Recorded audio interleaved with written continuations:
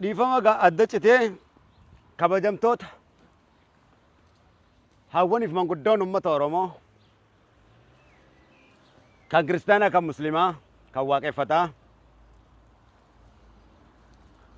akkasumattis kabajamtoonni dargaggoo fi shamarran babbareedduu uummata Oromoo kan addunyaa kana gubbatti argamtan my family Oromoo yaa maatii koo Oromoo bakka jirtanitti barakaa fi rahamata guddaa ramadaanni rabbii kun rabbi biraa isinii qabu rabbiin isiniif haa qeebalu. Ammas nagayni rabbiitii fi riskiin rabbii bakka jirtanitti isiniif haa ta'u. Akkasumatti rabbiin diinnan keessa sodaa qalbii keenya sodaa qalbitti darbine akka isin sodaatan goona rabbiin jee diinni keessan akka isin sodaate isin kabaju rabbi isa haa godhu. Biiznillaahi ta'aalaa. Isa kana. Liiviin kun gaa adda citee ture. Adda citee ture erga gaafa kaanii booda waa'ee galata qayroo sana eegaan as gubbatti dubbadhe booda dubbiin sun akka malee dubbii humna qabudha. Yeroo hundumaa dubbii humna qabu kan inni itti darbadhu dubbiin humna qabu rasaasa caala nama dhawa jechuu kooti ni sodaatama. Dubbiidhatu sodaatama malee rasaasa caala dubbii sodaata namni. Kanaaf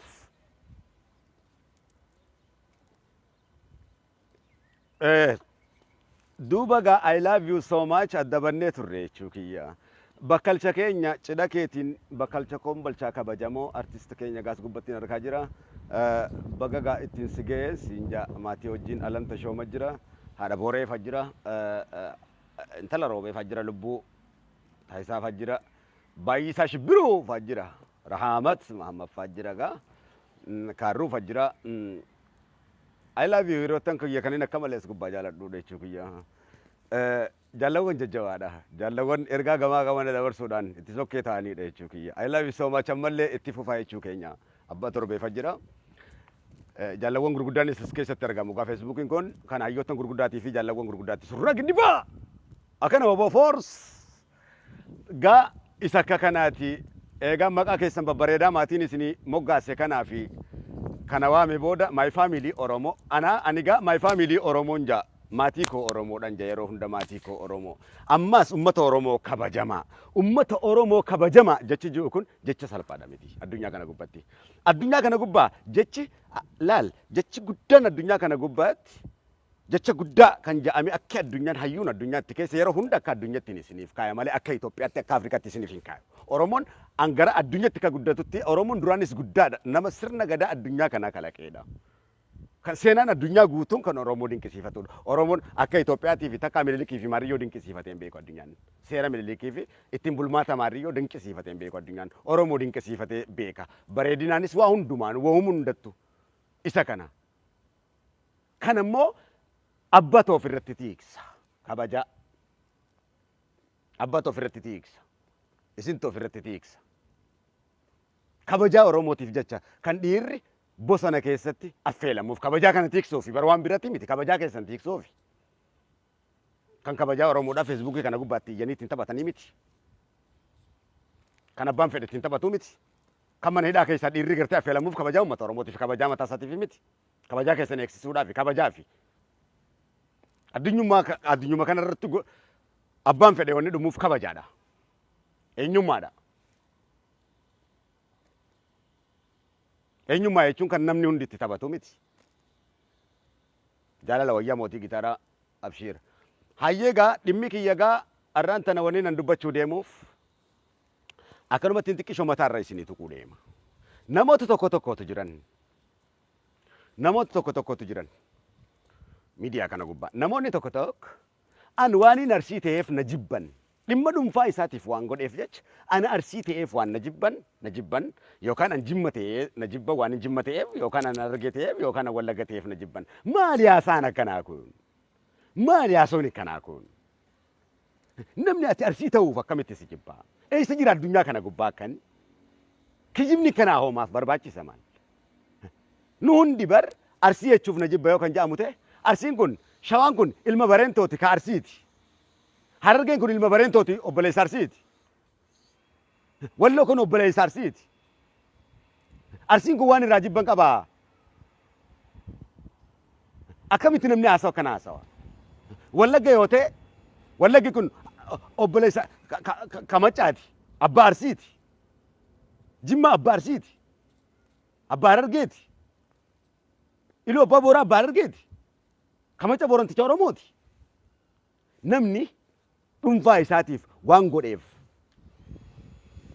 Arsii waan hin ta'eef na jibban saba jidduu osoo saba jaaruudhaaf olii gad halkanii guyyaa gubachaa jirru dhimma dhuunfaatiif an Arsii waan ta'eef na jibban ani Jimma waan ta'eef na jibban noo akkasii miti. Abiyyi Oromoon Jimma waan ta'eef jibbaa. Ni jaamaa dubbiin akkanaa kun. No, mirga gaafate ofiif muude waan ta'eef mirga isaa gaafachuuf mirga qaba Oromoon. Abiyyi irraa haqa qaba Oromoon. Dhiigatti dhangalaasee achi gubbaa kaa'e waan ta'eef mirga gaafachuuf mirga qaba. Oromoo hundatu gaafata waan ta'eef.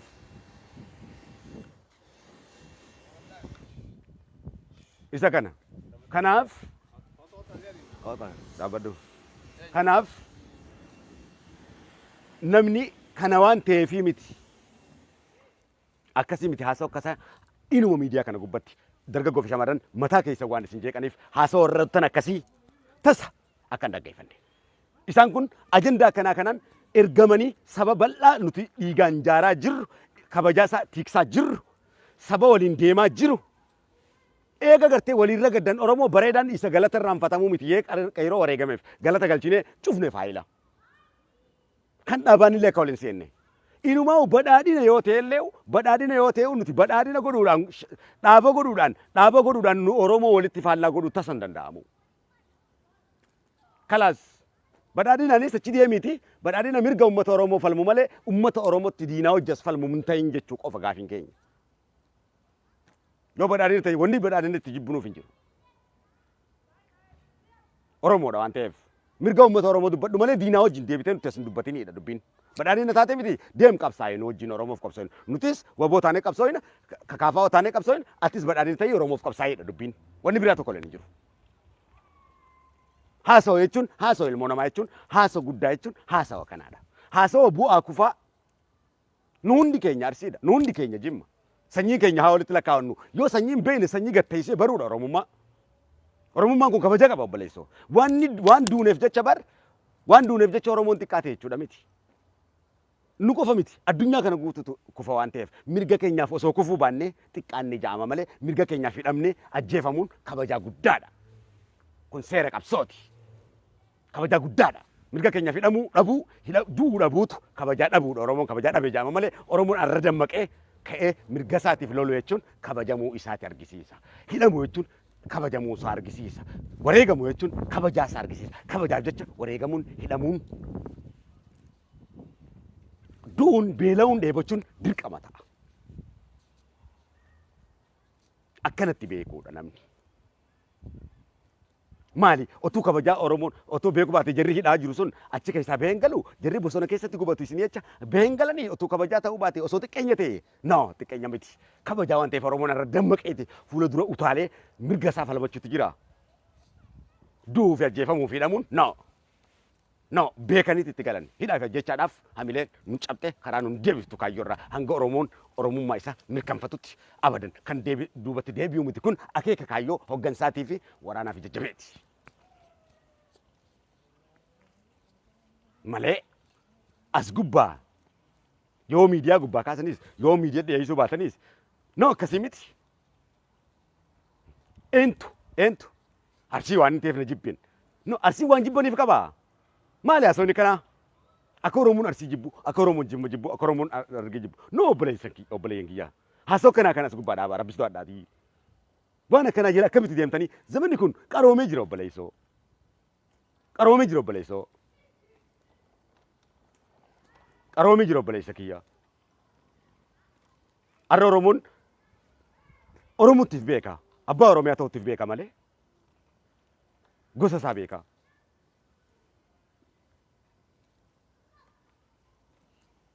Dhugaan jiru isa kanadha. Haasawa sadarkaa eeggate. Haasawa yoon beekne haasawa barsiisutti jira kan guyyaa wanni inni barreessu sa'aatii 24 yeroo dhibba inni posti godhu haasawa akkatti bartuufi. Haasawa si barsiisuufi. Haasawaa mo'ataa ta'e akkamitti ilmi namaa akka haasawu. Haasawni haasawa miti. Namni akkatti haasawu beekuu qaba barachuu qaba dirqama. Oromoon dur irraa barsiisaa ture akkatti haasawu barachuu qaba. Haasawa Oromoo boonsu haasawuu qaba. Yoo haasawu hin beekne immoo suuraa ilmaan Oromoodhaa babbareedota maarii hojii akkam poostu godhutti bareedaa godhee addunyatti mul'isuu qaba. Dargaggoof shamarran. Obboleeyyan kiyyaa. Yoo qabsoo ta'e immoo as gubbaa hima kan qabsattu qabsoon adda bilisummaa Oromooti. Waboodha qabsaawaa jiru. Qabsaawaa gurguddee qaba Oromoon kabajamaa. Waboodha qabsaawaa waboodha. Miidiyaan kan ergaa isinii dabarsu. Kalas tartiiba irra galtee jirtu waan jirtuuf Oromoo guutuun tartiiba irratti deemaa jira. Sabni kun abbaa barbaadde ta'e sabni saba. Dhaaba fedhe yoo ta'e dhaaba barbaadde ta'e sabni saba. Kana irratti namni wal jibbu hin jiru. Dhaaba fedhe ta'uu irratti namni gamaa gamanaa faallaa walitti ta'e hin jiru. Hundi waliin jiraata, waliin awwaalaa waallata jiraatu wal gaafata jechuu kiyya. Nuti diinni keenya guddaan Amaara. Diinni keenya guddaan Amaara. Isaan immoo isaaniin wallaalla isaan qofa irratti xiyyeeffachuudha. Diinni keenya asii badhaadhina taate maal taate si miti ilma Oromoo abada waan feete ta'e gurra keessi qunxunnees deebifna malee waan inni biraa tokko illee hin jiru. Isaani diinni keenya isinii miti. Dhugaan hin jiru isa kana. Dhugaan hin jiru isa kana. Yoo Amaaraa wajjin Oromootiin lola kana jettu taate as bahuudha dhiira taate bakka feetetti rarraafleessi fuuna jechuu keenya. Akki durri sun hin jiru jechuu kiyya. Amaaraa wajjin Oromootiin gargalaa yoo kan hin jettu taate kanarratti sin dhiifnu. Kanarra sin dhiifnu. Kanarra sin dhiifnu. As gubbaa gartee hoggaa barbaadan Wallaga gadhiiftanii baatan hoggaa maal shawaa gadhiiftanii baatan hanga inni iyyuu hin dhiifnu jechuu keenya sanyii isii duguugne waan ta'eef. Kana quba qabaadhu. Sanyii isii lafarraa duguugne waan ta'eef. Kana hoggansi warri badhaadhina jettu kun collatti quba qabaadhu. Warri biyyaan bulcheettu kun. Abbaa tokko Amaarri jecha tokko dhufee Wallaga keessatti shawaa keessatti Harargee keessatti Arsii keessatti lafa Oromiyaa keessatti jecha tokko yoo kan dubbatu ta'e sanyii isaa duguugna. Kun ifa. Cimsinee si hubachiifna. Dhaggeeffadhaa isinis kunoo. Jecha tokko uummata nagaa isaanii dhabamsiifna lafa kanarraa. As gubbaa nu gahee jira jechuu keenya. Yoo itti iftan immoo dhorgaachi. Ati immoo ka Oromoo isaanii wajjin faallaa taa'ettee ta'iitii Oromoo gargaari. Akka Oromoo gargaaruuf badhaadhina taate kanarra sin ta'e kunoo. Nu wajjoonni faallaa taatuuf maal jira obboleeyyan keetii wajjin. Ati diina keenya moo taate miti akka nu gargaartuuf miti deemnu nu gargaari. Ta'i baga taate. Wani na wajji wal seentuuf hin jiru. Yeroon si arrabsu sin qabu obboleessa kan koo ani dhaaba feete si godhanii natti as garagalchanii akkan si arrabsu. No. Tooftaan akkana dabree jira. Nuti badawaa miti. Dhaaba fedhu BPO si haa godhu fedhu waan barbaade si haa godhu. Ati ilmoo Oromooti sitti faallaan ta'u nan du'a malee. Waan barbaade ta'e malee tooftaa saniin anan diiguun sun dura hafee jira. Maqaa dhaabana moggaasanii ana Oromoo bakka meeqatti qoodanii wal ficcisiisu. No. Isa kana cabsee bira dabreetiin jira. Kana sagalee cabsee bira dabree jira. Kan sagalee kiyyaanii cabsee bira dabree jira. Abadan hin jiru sun. Waan barbaadde ta'e. Ati waan barbaadde ta'e. Amaaraa hojii gaafa natti kaate garuu bakka kan sitti buusa. Isa kana. Ati shanyiin koo waan barbaadde naa ta'e. Achii deeme dholadhu jiraadhu. Isuma kana. Nuti waboon haasawa kana haasawina. Haasawa kana beekna. Qaceelfamni nuti qabnu isuma kana. Haasawa nama amansiisu haasawa guutuu. Haasawa nama fayyaa qabu. Haasawa Oromoo kabajaa qabu. Kabajaa Oromoo waggaa isiniin jenne kabajaa Oromooti. Kabajaa uummata Oromooti. As gubbaa bar kabajaa uummata Oromootiif deddeebina. Bar ijoolleen Feesbuukii tajaajamtu hin jirtu as gubbaa. Hundi kabajamaadha. Xiqqaarraa hanga guddatti kabajamaadha ilmaan Oromoo. Isaan kana jidduu deddeebine himnee onnee isaanii ijaarra. Dirqama hojjechuun nurra jira waan ta'eef. Hojjennu malee hin dalagamu waan ta'eef. Wanni tokko hin jiru waan ta'eef. Hojiidhaan moo'ee addunyaan kun waan ta'eef. Akkanumatti awwalli isaa deejaanii akkanumatti taa'uun hin jiru. Yeroo namni du'ee qofa kaatee sirbitee noo akkasin hin jiru. Dalaguudhaani waan jette san hojiitti jijjiirtee mirkaneessuu qabda. Akkasiin kabajamta. Dargaggoo shamarran biyya kiyyaatti hojii taphachuun qaba. Dirqama enjoy godhuun qaba. Hawwaaniif manguddoo biyya kiyyaatti hojii taphachuun qaba. Rakkoo fi gadda san hojii qoodachuun qaba. Akkanumatti awwaalamee mana keessan taa'u. Akka nama shanyii hin qabne noo. I'm enjoying godha jechuu kooti. Shanyii tiyya wajjin. Ammaan lubbuudhaan jiru isuma kana. dhugaan jiru isa kana akkanatti ilmi namaa kabajaa hora malee duubatti deemtee noo akkasii miti namni sabaa wajjin taphanne namni saban boo'arsine kabajaan qabu yookaan haasawaa waan hin beekneef usee mana keessa taa'an beeku haasawuu nama wajjin olii galuu waan hin beekneef bulguu waan ta'eef social life books waan hin baratiniif namni social books barate nama wajjin olii galee haasawas gubbatti ba'ee akkasiin kabajaa horata waan jeessanis hojiitti jijjiiree jechuu keenya hojiidha wanni itti jirru isa akka kanaati kanaaf kabajaa uummata Oromoo kabajamaa hoggaan jiru kun jechi kun uummata Oromoo kabajamaadha kabajamaa jechuun isinii kana osoo kabajaa waan meeqaan isinitti horamuu itti jiru kabajaa keessan kan hidhame kabajaa keessan eegsisuuf as gubbaa miidiyaa kana gubbaa badawaa fi faaraan hundi hoggaa maariyyoo waan hin ta'eef maariyyoo shanyii waan hin ta'eef eenyumtinuu arsii yoo ta'e ka xummuugaa bareentoo Oromooti arge yoo ta'e qalloo bareentooti walloo yoo ta'e abbichuu bareentooti ka abbootii teenyaati hundi siidhaa wallagga yoo ta'e gartee ka macca ka boorantichaati ka abbaa keenyaati kitaabni biraa wanni haasamu maali rabbi rahmata isaan haa godhu bareentoofis rabbi rahmata haa godhu maccaafis rabbi rahmata haa godhu biyya irraa salphisu abbootii keessan isin sooressa ilmoo miskiinati miti isin warra dammaa fi dhadhaadhaan wayyaa miiccatuudha uummata kabajaa qabuudha kotota gartee badawoo biyya teessanii galtee gartee asii amaara kanaa fi bututtuu as keessa gartee bututtuu hundaa wajjin waan bututtuu amaara jala guddate ta'u oromummaan beekne addunyaa kanarraa faaraan amaara faaraan number one amaara faaraan amaara Anamarri ana jaalatu muuziqaa kiyya jaalata jee dhugaa Oromoo dubbachuutti hin dhiisu dhugaadhaatti hime na jaalachuu qaba yookaan dhiisu qaba faaraa bututtuun addunyaa kanarraa bututtuun amaara bututtuun amaara bututtuun faaraan sabni waan beekne yoo jiraate addunyaa kana gubbaa amaara sabni hariifni addunyaa kana gubbaa yoo kan jiraatu ta'e kan addunyaan galmees UNESCO deem dubbisu kitaaba Oromoodha kanaaf bututtuun gartee kotonni gartee biyya teenya bishaan nu waraabdu hundi akka amaara ammaati haasoitu kana akka kiyyeen kiyya wadaa hormoso 400 qaba ashkara yaayaalii sireefan 400 qaban waa olaantummaa amaaraas gubbaa natti odeessin yookaan gosa maarii yoo ta'e gosa harkaan tuttuqin shanyiin tuttuqin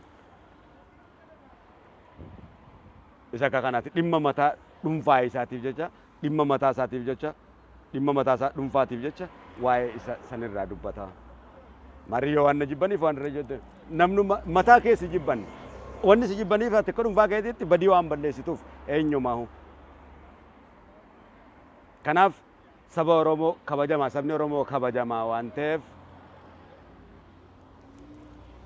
sabni Oromoo kabajamaa jechuun isin waan ta'eef I love you so much my people my family Oromoo isinitti haa tolu I am Wobo Force bakkaan jirurraa waraana bilisummaa Oromoo kabajamaadhaan akkasumattis maqaa keessan kabajamaadhaan akkasumattis kaayyoo adda bilisummaa Oromoo akkasumatti waraana bilisummaa Oromoo hoggansarraa hanga jalatti kabajamaadhaan hoggansa dhaabotii hunda kan mana hidhaa jiru hundaan maqaa keessan saba bal'aa Oromoo kabajamaadhaan bakka jirtanitti nagayni rabbi isinitti haa tolu kabajamoo jaaldiriirsa elemoo hoggansa keenya gooticha keenya welcome Ramadan Mubarak Ramadana gaarii isiniif haa ta'u ammas gaa baga geessan jechuu akkuma amma ayyaana Iida teenya tana uno Ramadana keenya kanaan Oromoon muslima taatan kana jettan akkasumatti gaafa ayyaanni kiristaanaa dhufees akkas waliin jechuu danda'u isin irra jiraata kana jechuun wanni akkasitti isin barsiiseef suuraa keessa wanni akkas post godheef nama guddaa waan taataniif nama guddaa jechuun akkasii saba guddaa jechuun akkasii gaafa kiristaanatti sogaa dhufe akkas waliin jettu suuraa post gootanii akkanatti hojii jiraata dhalli namaa isa kana Oromummaa bareechuudha kana gaa saba kanatu addunyaa irratti mo'ataa ta'a saba kotota akka taatan na'u bakka takkatti illee kabajamaa ta'u Oromummaa teessan promote godhuudha Araba birattis kabajamaa akka taatan bakka Faranjii birattis bakka itti saba kotota ta'uu keessaa bahu qofaan as gubbaa isinii kaaya kwaalitiidha wanni andabballichi adda bilisummaa Oromoodhaa isiniif kaaya isuma kana yookaan dabballeen uummata Oromoo kan isiniif kaayu isa kana beekumsa books kitaaba kan sii qara'u afaan Oromoo tiikeetiin sii dubbisa hoggaa waan kana dhugoomsite ajaa'iba taata akka dubartittis dubartii jaalatama akka dhiirattis dhiira jaalatama taata jechuudha akka sabattis saba jaalatama taata kanaaf accept godhi dan and save godhi dhumee jira I love you so much people Abduu Seef Hajira Kababush Hailu Fajira ka isuma kana yoomi fajira isuma kana obboleeyyan kiyya kitaaba gurguddaan si qaraa malee kun dhufe haka jee nama kasi qara'u miti no an shanyi kasiiti miti an nama kasiiti miti an nama kasiiti miti waan jiru qofan sii kaaya beekum san si kaa beekum sa male helelele akkanumatti haasa'uun hin danda'amu hayyaman qabdu akkanumatti haasa'uudhaaf seera dhaala akkanumatti haasa'uudhaaf hayyaman qabu eenyumtinu anarsii ta'ee waan jibban walirra jimmatee haasa'ini kanaa maali eenyumtiin oromoo wal jibbuun jiru dhaabaanuu kan wal jibbuun jiru dhaaba gosa feetetti asii badhaadhina baafatte madiyyo no akkasii miti no laal badii namni jaalatu eenyumtiin hin jiru gaariis namni jibbu tokkollee hin jiru lubbuun badii fi gaarii addan beene takkallee hin jirtu isa kana malee akkan gosa isinii himuu kana arsiin kabareen too oromooti jimma macca oromooti oromticha oromooti jarri kun obboleeyyan oggu dhibba tokkoon isinitti himaa ilmoon haadha abbaa kamii wal jibbaa hin jiru akka addunyaa tana gubbaa ni jira nuti bar ilmaan haadha abbaa keenyatti nu barsiisanii akkasitti dammeeyne malee akka kun jimmaa kun maariyyoo janii nu barsiifne nuti shanyii walitti nu lakkaawwachiisaniiti jimmaas wallaggaas ka abbaa keenyaa ta'uu anammoo gaan isin laalu isin hunda ka abbaa keenyaa ta'uttiin isin beeka oromoo bira dabree jechuu kiyya oromoo bira itti isin beekan an arsiin ka abbaa keenyaa ta'uu tan beeka ilma bareentoo ta'uu isaatti beeka shawaan ilma bareentoo ka abbaa keenyaa ta'uu isaatti beeka bareentoo jechuun nama kadiir nama jaamu nama tokkodha ilma booranticha ilma oromtichaati miti macca hoggaa jaamee adeera kiyya wallaggaa fi jimmaa fi loo abbaa booraa ka dhalche isa ka obboleessa abbaa keenyaati obboleessa abbaa fi abbaa fiiti miti ree maqaa akaakiyyee abiyaabilee keenya oromoo nama ja'amu sanin abbaa booranaaf bareentootiin waamamne rabbi rahmata isaa godhu akaakiyyee keenya rahmata isaa kadhadhaa maccaafis rabbi rahmataa godhu ja'a abbaa keessan bareentoofis rabbi rahmataa godhu ja'a arsee xummuugaa bareentoofis rabbi rahmataa godhu ja'a qalloo bareentoofis rabbi rahmataa godhu ja'a abbootiin teessan mootota murawwaa bareentoofis rabbi rahmataa godhu ja'a akaakiyyee keessaniif humbanna bareentoofis rabbi rahmataa godhu ja'a karrayyuu bareentoofis rabbi rahmataa godhu ja'a kitaaba biraa nutti qara'uu dhiisichirra sammuun keenya sadarkaa kana gubbaa jira